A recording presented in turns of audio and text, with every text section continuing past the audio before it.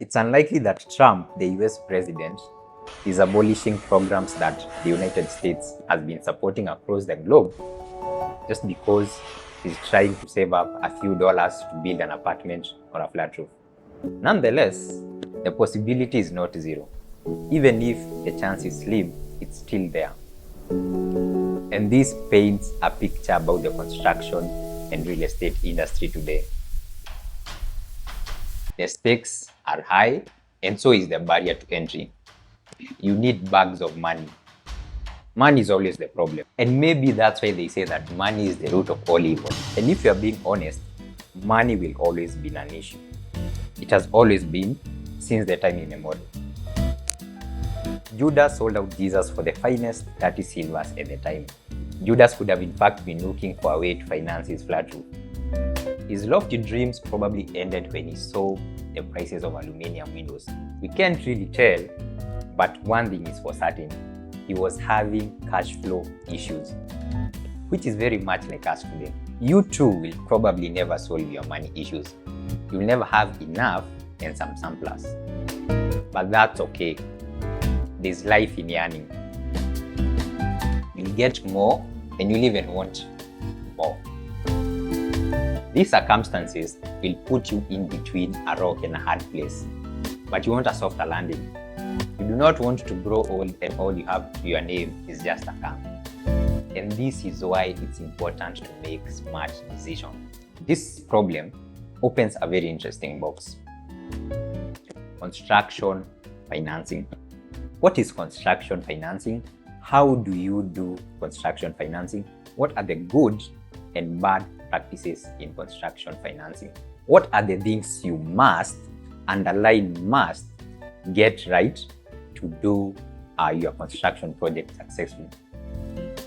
This is Construction Financing 101.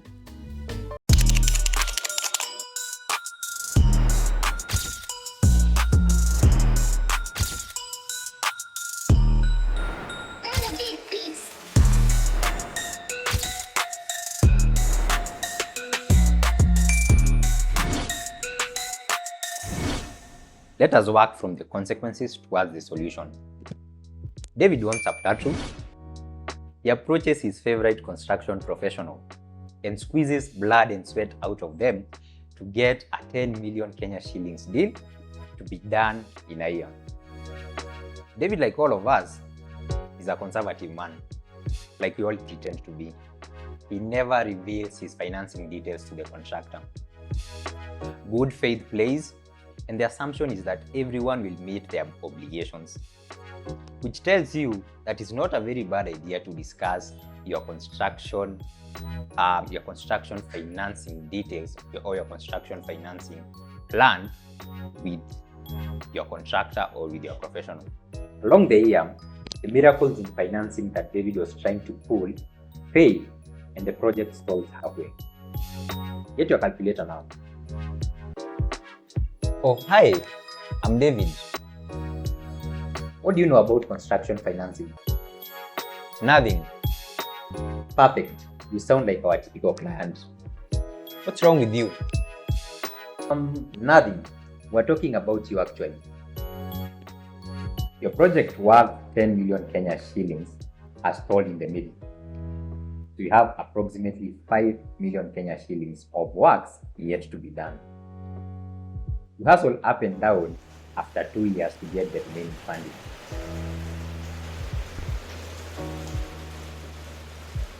Let us calculate the new variation in cost. The Central Bank of Kenya (CBK) gives annual inflation rates of 0 to 10%. So let's say 5%. Your project has stalled, meaning at the end of the first year, you'll spend 5% more of your initial project costs. And if you do your math, this comes to approximately 5.25 million Kenya shillings. At the end of the second year, take the project cost at year 1 and increase it by another 5%. This will give you 5.512 million Kenya shillings. Now, 5.512 million Kenya shillings is probably the minimum you are going to spend because construction supply chains are also quite something. Cement is retailing at about 800 to 900 Kenya shillings, while it was retailing for about 600 Kenya shillings a few years ago. And you add up this small cost, and it's very easy to arrive at a project cost of around 7 million Kenya shillings. Complete the remaining part of your project. See that extra 2 million Kenya shillings you have to spend. That is why planning and figuring out construction financing is important. We'll start with some basics and some housekeeping. Why is funding important for both individual and large-scale construction projects? I think it will help me avoid cost overruns and have a good financial plan for the project. Correct.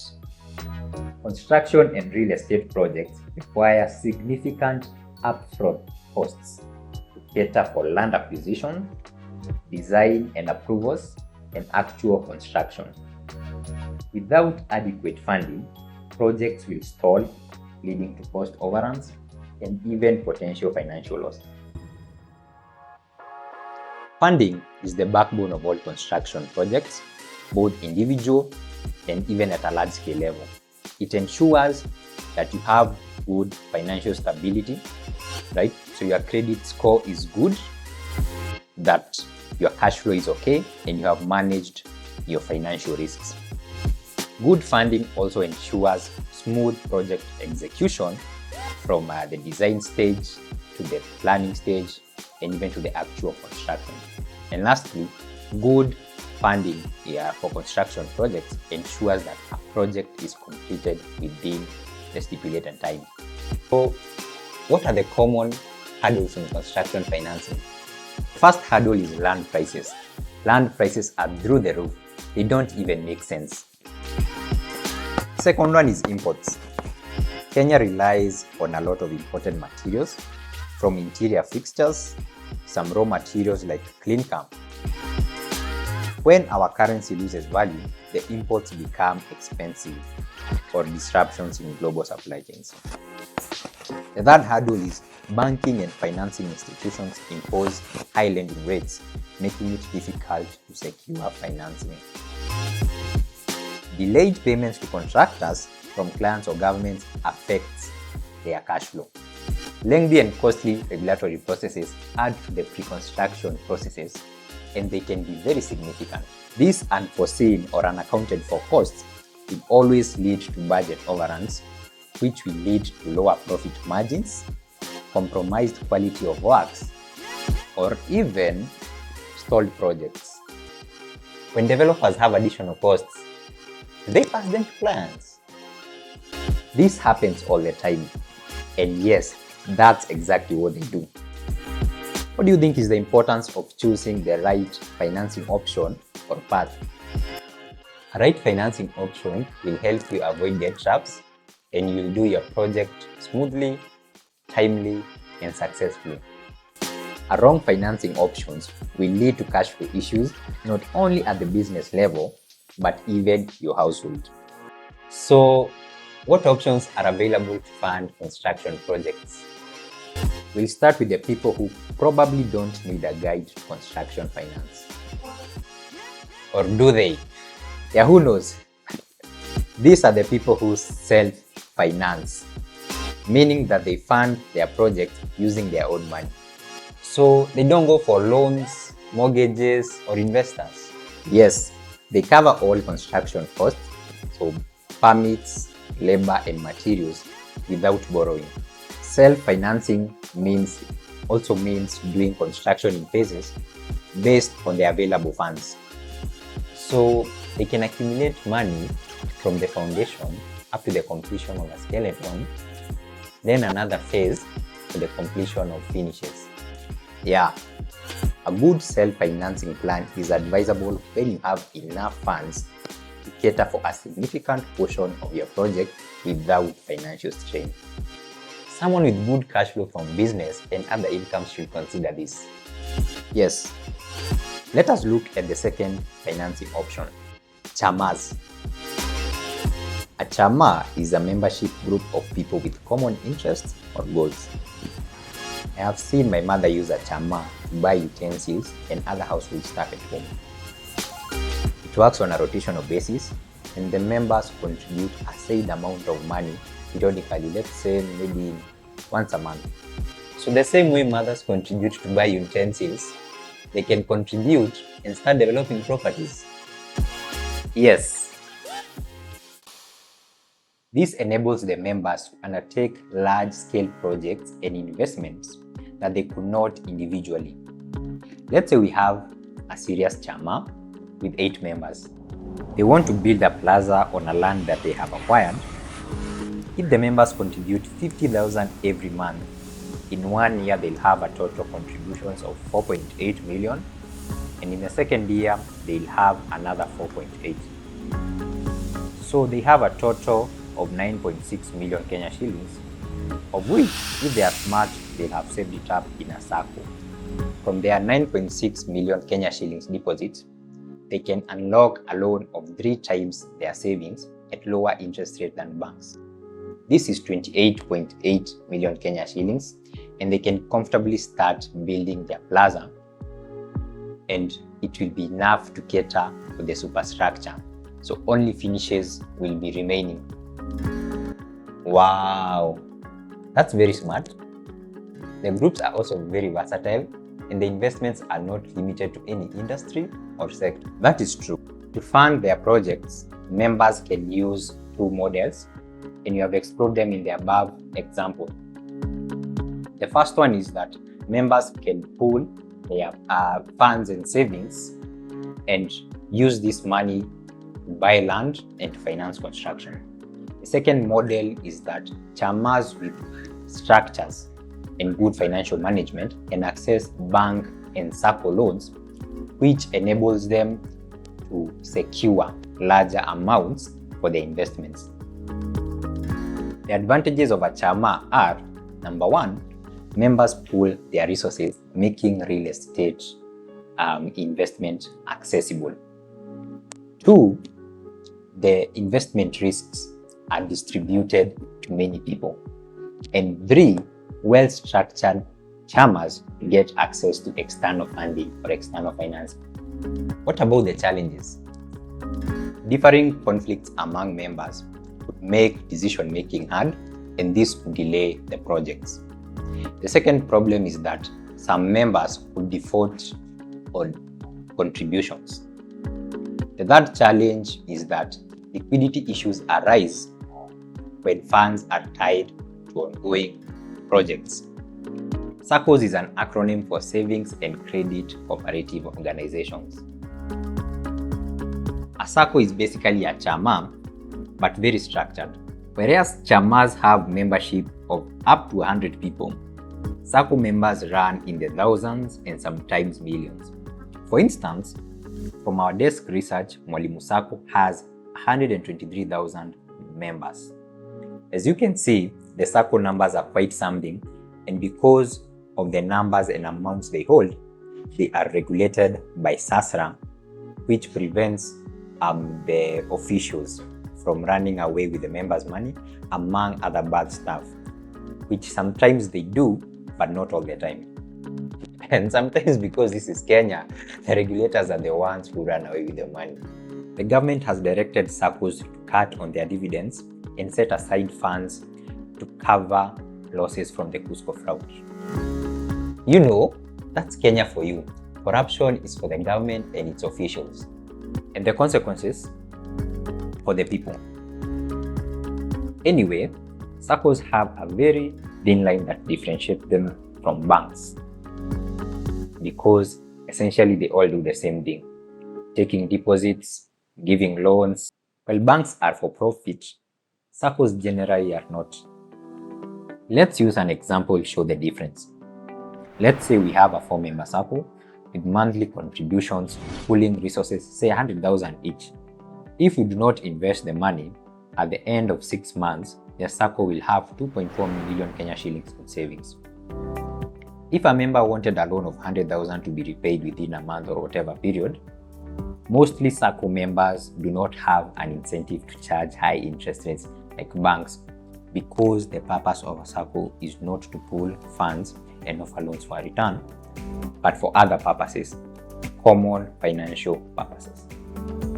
But it is important to know that SACCOs are primarily for savings and providing affordable credit to its members and investing. In as much as they do that, it's not primarily their role. That belongs to firms that focus on capital appreciation, and we'll talk about one of them later on in the construction and real estate industry, called REIT. Amicus SACCO, which is for farmers, has offerings tailored for people who are assumed to be farmers as a common ground. The question therefore is, what financial services can farmers benefit from by pooling their funds together to help each other farm better? And that's how you arrive at a farmer's SACCO, which is very different from one for bankers and one for teachers. It is for this reason that SACCOs have better financial instruments like attractive loans than banks. Most SACCOs are generally open to everyone, but it is important to know your goals and so that you can join a SACCO where your goals are aligned. SACCO deposits are invested in government securities, real estate, and so on, and the dividends are distributed to the members annually. Other benefits of being in a SACCO is that once you have saved consistently for a period of time, you can access loans or you can borrow up to 3 times your savings.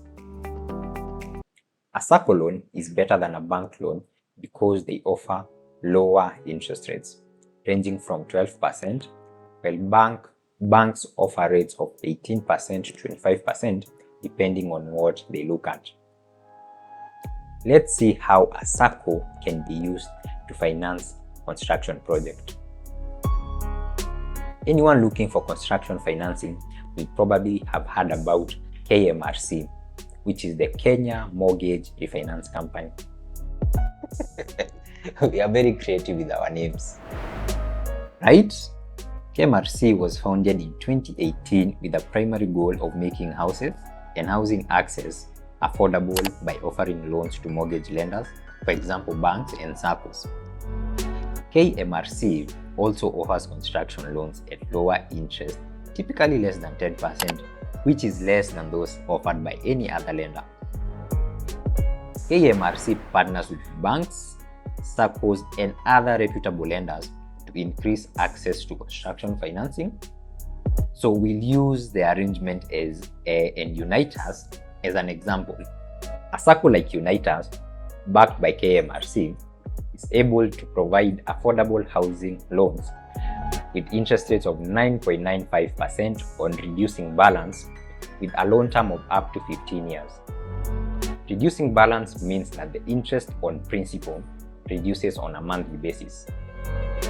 Initially, they used to offer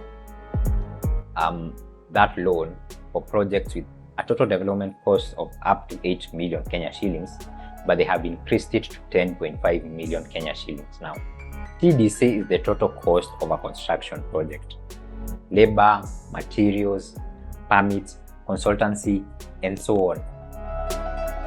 If that is confusing, let us do one for a typical project and compare its financing across 4 different options. 1. SACCO financing together with KMRC arrangement. 2. Bank financing together with KMRC arrangements. 3. Normal bank loan. 4. Normal SACCO loan. For a classic client with very fine taste, you want a nice 4-bedroom maisonette covering 370 square meters with modern finishes and amenities. A stunning masterpiece blending in elegance, creativity and innovation, contemporary facades, clean lines, and lush green manicured lawns. We do our maths. and the TDC comes to 17,132,316 Kenya shillings. TDC stands for number 1, design cost, 2, approval cost, 3, construction cost, and 4, profits to the contractor. You need financing for this amount. Let's see what each of these 4 options will cost you. Compare apples to apples. We will compare 1 and 2 together and 3 and 4 together because of the complications of each. You'll see it in a minute. Please note that to finance 17.1 million through any KMRC arrangement, that they have a limit, meaning that they will not finance your full amount. And for the purpose of this guide, we have assumed that KMRC will finance you 9 million Kenya shillings, and the bank stroke SACCO normal loan will finance the remaining 8.1 million Kenya shillings. We've made other assumptions because this is for illustration purposes. We will use a maximum repayment period of 15 years for all the loans. If you successfully get a KMRC loan through a SACCO at an interest rate of 9.5%, your opening balance at month 1 is 9 million Kenya shillings. Your principal is the total loan divided by the repayment period in months. In this case, 9 million divided by 15 years times the 12 months, which gives you a principal of 50,000 Kenya shillings. Your month 1 interest, 9.5% divided by 12 months, multiplied by 9 million Kenya shillings, which is the principal. 9.5 is divided by 12 to get the monthly rate, because 9.5 is yearly interest rate. We get 71,250 Kenya shillings as your month 1 interest.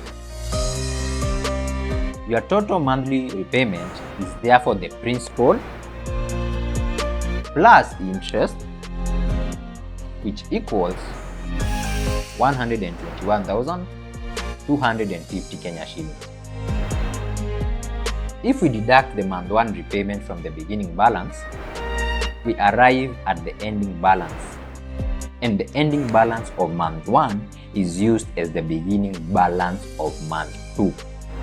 And the same process is repeated for the 180 months, which is 15 years. This is the reducing balance loan calculations, and the schedule prepared is called a loan amortization schedule. This process is tedious, and we'll just give a summary of what we find after the 180 months, which is an equivalent of 15 years.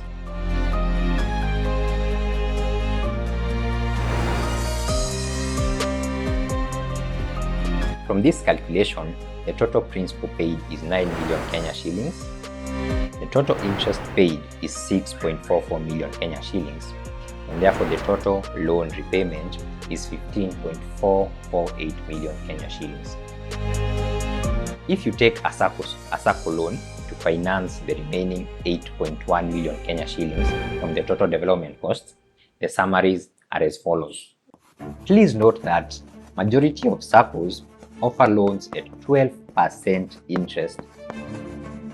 For the SACCO loan, you will pay total borrowed principal of 8,132,316 Kenya shillings, which is repaid as Kenya shillings 45,179 Kenya shillings on a monthly basis across the 180 months repayment period.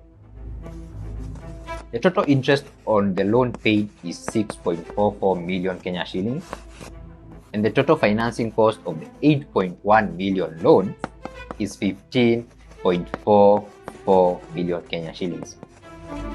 The reducing balance calculations for the other KMRC loan with the bank is similar to the SACCO loan. However, the bank will charge different interest rates to the SACCO. While the SACCO offers their loans from 12% interest, the banks will charge from 18% interest per annum. So, the total amount paid to finance the 8.1 million Kenya shillings through a bank and a SACCO will be different. The total cost of financing in the first two options can be summarized as follows. The total development cost is Kenya shillings 17,132,316 Kenya shillings.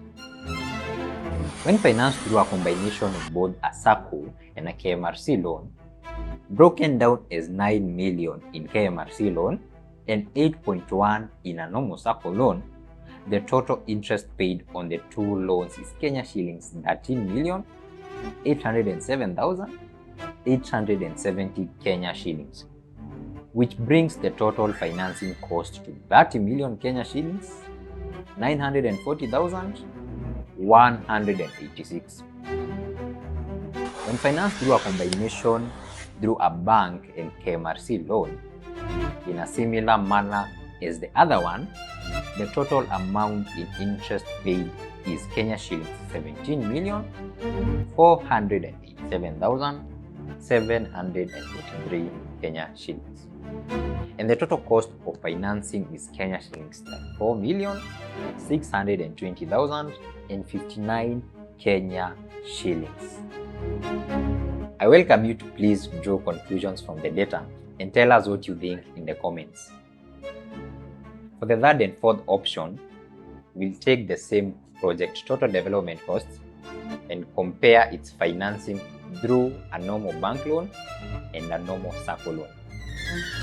We do our maths when we find the following findings.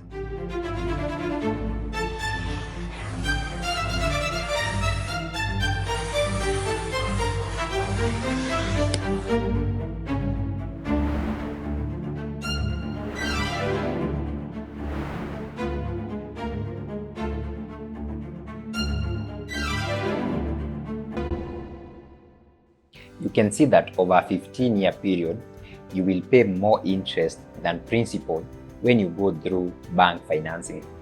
But again, we are not drawing any conclusions. We will welcome you to tell us your thoughts in the comments. What are your takeaways?